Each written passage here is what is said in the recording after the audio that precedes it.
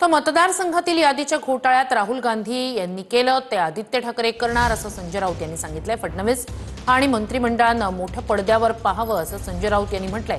तर राऊत आदित्य ठाकरे यांनी power point presentation सुरू होण्यापूर्वी जनतेनं त्यांची पॉवर कट केली असं नवनाथ बोन यांनी म्हटलंय। जनतेनं पॉवर कट केल्यावर आता कोणतं पॉवर प्रेझेंटेशन करणार आहेत असा सवाल सुद्धा बोन यांनी विचारलाय।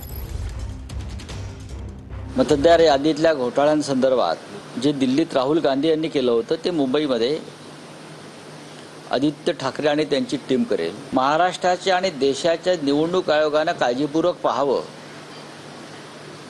राज्याचे मुख्यमंत्री देवेंद्र फडणवीस आणि त्यांच्या कॅबिनेटनं मोठ्या पडद्यावर पाहावं। आम्ही व्यवस्था करू, आपण निवडणुका हायजॅक केलेल्या आहेत। आपण मतदार पुरावे मागतात ना, पुरावे 27 तारखेला पुरावे प्रत्यक्ष तुम्ही पहा। डुप्लिकेट मतदार, स्थलांतरित मतदार, एका घरात 100 मतदार बिनबापाचे याचं प्रात्यक्षिक स्वतः सरकारनं पाहावं, अनुभवावं, निवडणूक आयोगानं पाहावं, दिल्लीच्या निवडणूक आयोगानं पाहावं आणि देशानं पाहावं। संजय राऊत किंवा आदित्य ठाकरे यांनी पॉवर प्रेझेंटेशन करण्याच्या आधी जनतेनं त्यांची पॉवर कट केलेली आहे।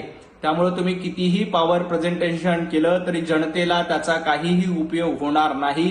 मुंबई महापालिका निवडणुकीत देखील तुमची पॉवर कट करण्याचं काम मुंबईकर आणि महाराष्ट्रातील जनता निश्चितपणे करणार आहे। फक्त संजय राऊत यांना मला एक सांगायचंय की जेव्हा आदित्य ठाकरे पॉवर प्रेझेंटेशन देतील तेव्हा उद्धवजी ठाकरे यांना शेवटच्या रांगेत बसू नका, एवढी काळजी घ्या।